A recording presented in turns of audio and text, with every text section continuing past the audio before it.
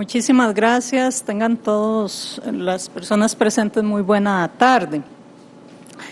Alessandro Barata, en cuya memoria nos reunimos hoy, en su texto facilitado por don Walter Antillón, Positivismo jurídico y ciencia del derecho penal, acuñó la frase con la que he titulado mi conferencia el día de hoy: la degeneración del derecho y la jurisprudencia. Para referirse, lo hacía él al desarrollo del penalismo en los años previos al nacionalsocialismo alemán. Hoy que en Costa Rica nos encontramos en la antesala de una erupción autoritaria sin precedentes, quiero hacer mía esa expresión para referirme al mismo fenómeno, pero cambiando las coordenadas espaciotemporales para ubicarlo aquí, en Costa Rica, en Happyland.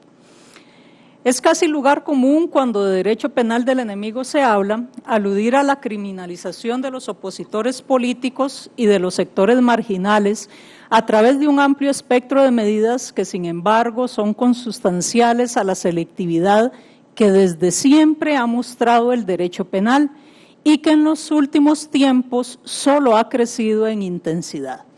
Por eso se habla de aumento en la cantidad de delitos, reducción de los espacios de libertad, incremento draconiano en los topes punitivos, uso de la prisión únicamente para fines inoculizantes, desformalización de garantías en el juzgamiento, uso de criterios laxos en la dogmática sustantiva para la criminalización primaria, etc. En otras palabras, el derecho penal del enemigo no es, en mi criterio, una categoría contrapuesta o ajena al derecho penal liberal, sino un exceso de este. Para decirlo metafóricamente, es el crecimiento descontrolado de una célula, que es la definición de un cáncer, que forma parte del mismo cuerpo del derecho penal. Sin embargo, poco se habla de quienes están llamados a crear y aplicar el derecho así entendido. Para tener un derecho penal del enemigo que reacciona en forma diferente ante los que considera ciudadanos respecto de quienes califica como otros y despoja de su humanidad, es necesario, sin embargo, contar, primero, con una base social que apueste por la intolerancia, la violencia como forma de solucionar los conflictos y la segregación o exclusión de lo otro diferente. Y segundo, producto de lo anterior, con una estructura política autoritaria que obviamente se nutre de aquella base social. En el autoritarismo la libertad está subordinada a la autoridad, la razón cede a la obediencia, la autoridad no conoce límites y si formalmente los tiene, estos tienen simplemente una función cosmética de legitimación. En el autoritarismo, el fin justifica los medios. En consecuencia, la política criminal es expansiva y la hace así tanto el legislador como el intérprete. Nace así el terrorismo penal, el terrorismo de Estado, partiendo de que terrorismo es la dominación del otro a través del miedo.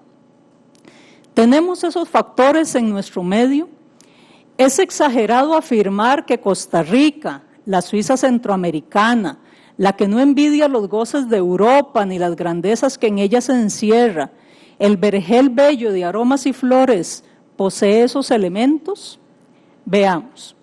Analicemos primero la base socioeconómica y para ello conviene traer a colación, una vez más, los resultados de la encuesta del IDESPO de 2016.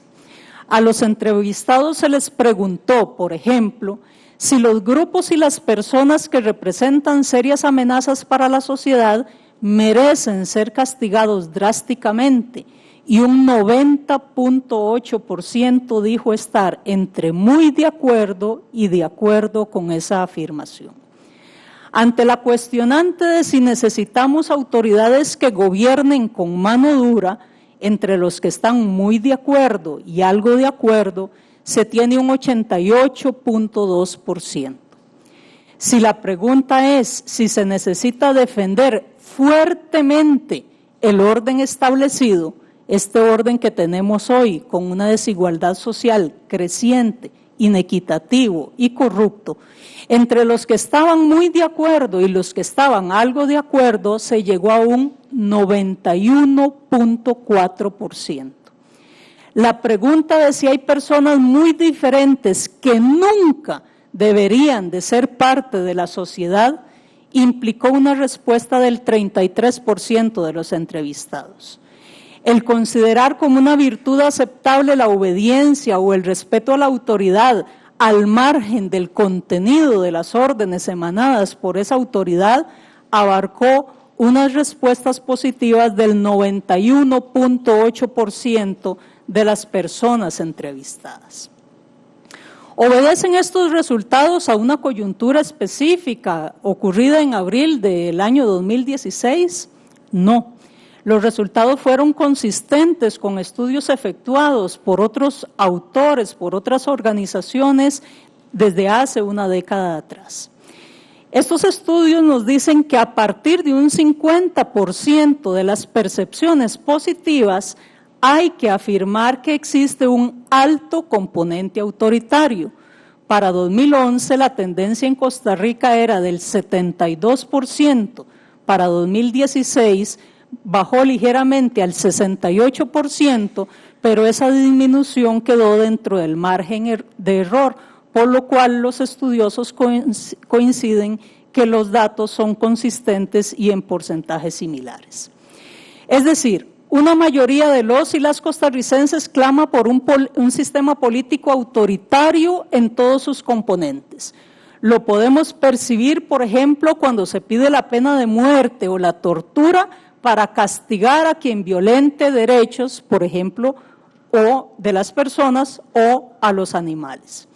No se titubea en lapidar públicamente a quienes apuesten por una respuesta diferente a la violencia, como nos queda de manifiesto el caso de una muchacha que cuando presuntamente iba a ser asaltada y alguien intenta defenderla matando a los asaltantes, sale pidiendo o manifestando su dolor por lo acaecido y la ciudadanía en redes sociales se vuelca a emitirle cualquier cantidad de insultos. Se excluye al otro que no piensa igual, preferiblemente si ese otro es migrante, si integra la población LGBTI o es sospechoso de algún delito.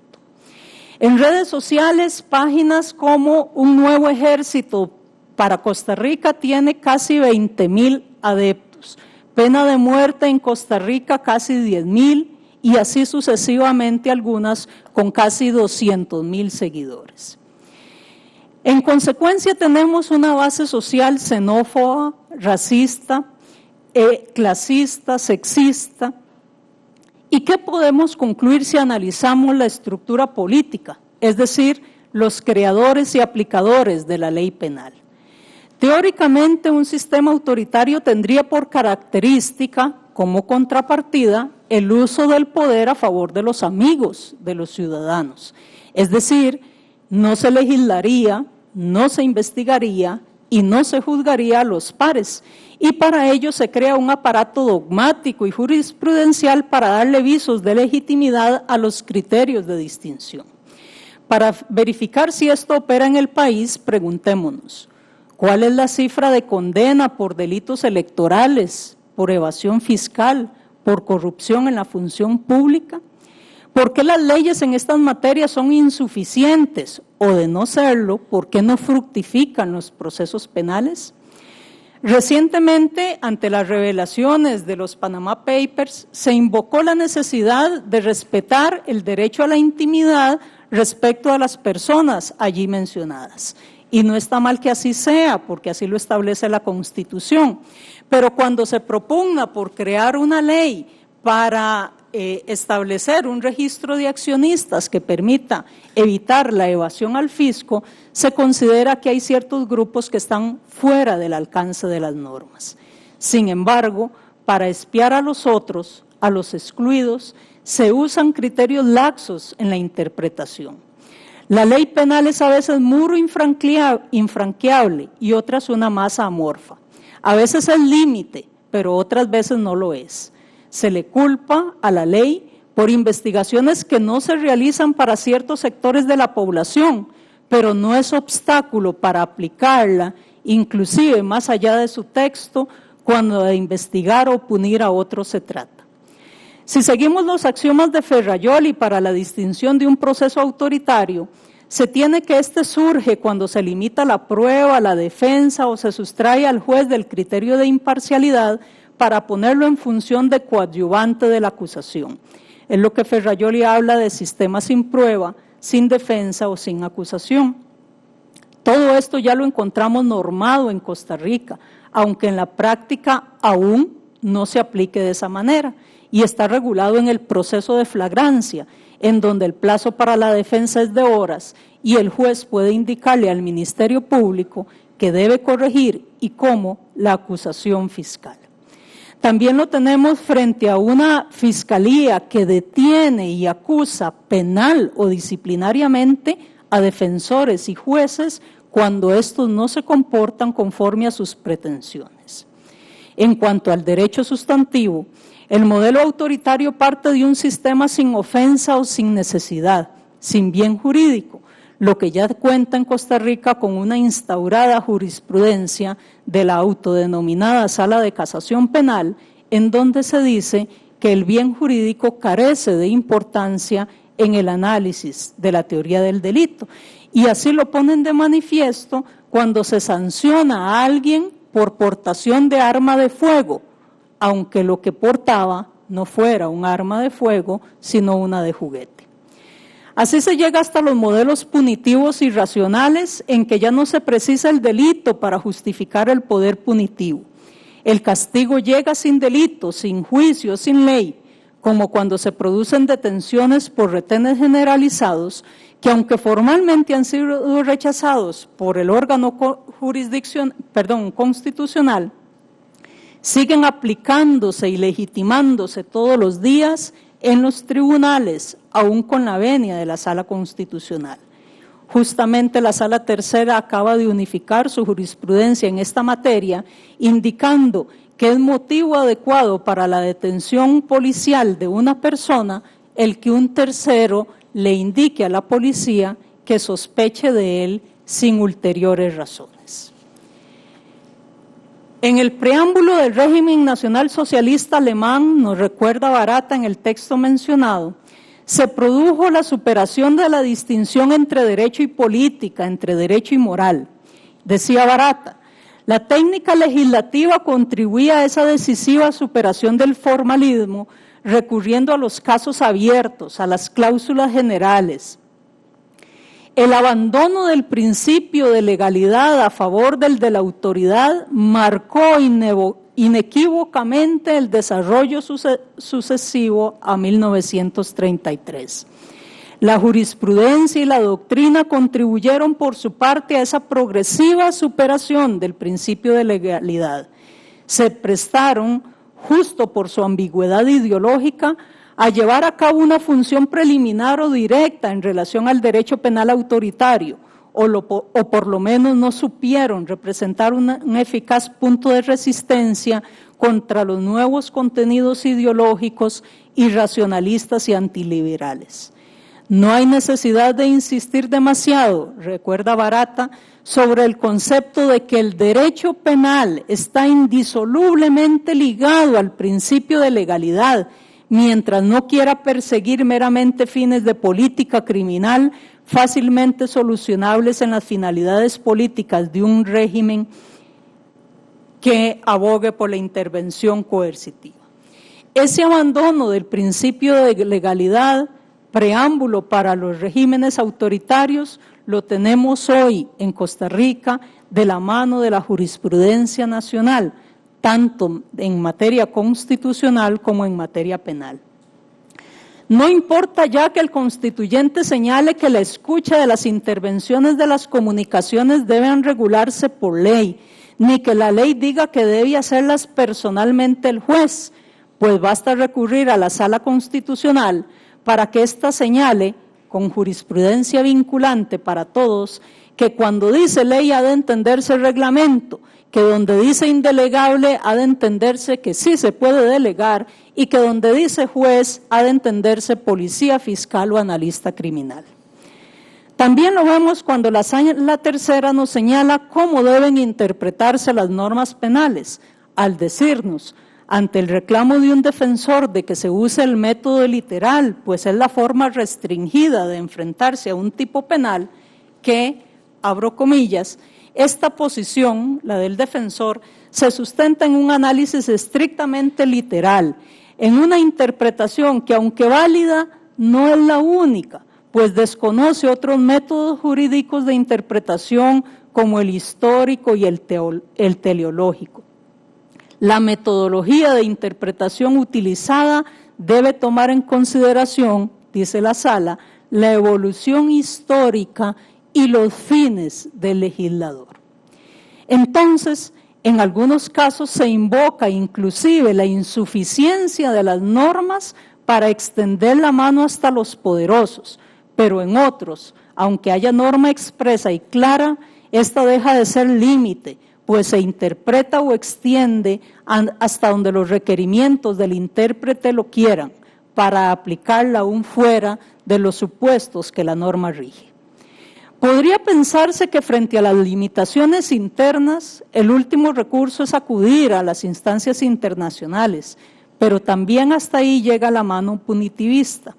En Corte Plena, en la sesión del 8 de febrero de 2016, algunos de los magistrados expresaron su inmensa preocupación porque no se siguen las órdenes, utilizando la palabra órdenes, que ellos dan en sus pronunciamientos, y en su lugar se siguen los pronunciamientos de la Corte Interamericana, y abogaron porque ante tales casos se le apliquen a los díscolos el régimen disciplinario.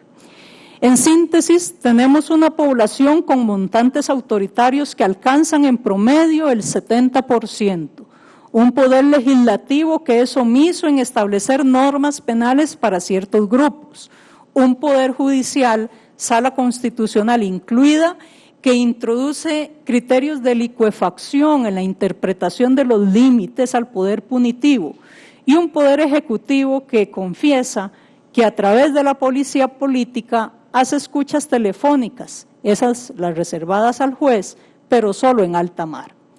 En definitiva, estamos, al decir de Sousa Santos, frente a una sociedad formalmente democrática, pero socialmente fascista. El fascismo social es mucho peor que el fascismo estatal o político estatal, porque nos abarca a todos. Quisiera culminar mis palabras con una nota esperanzadora, pero no puedo. Cierro entonces haciendo uso de un epígrafe del filósofo y psicólogo norteamericano John Dewey, quien en 1946 nos decía: la amenaza más seria para nuestra democracia no es la existencia de estados totalitarios extranjeros, es la existencia en nuestras propias actitudes y en nuestras propias instituciones de aquellos mismos factores que en esos países han otorgado la victoria a la autoridad exterior y estructurado la disciplina, la uniformidad y la confianza en el líder. Por lo tanto, el campo de batalla está también aquí, en nosotros mismos y en nuestras instituciones. Muchas gracias.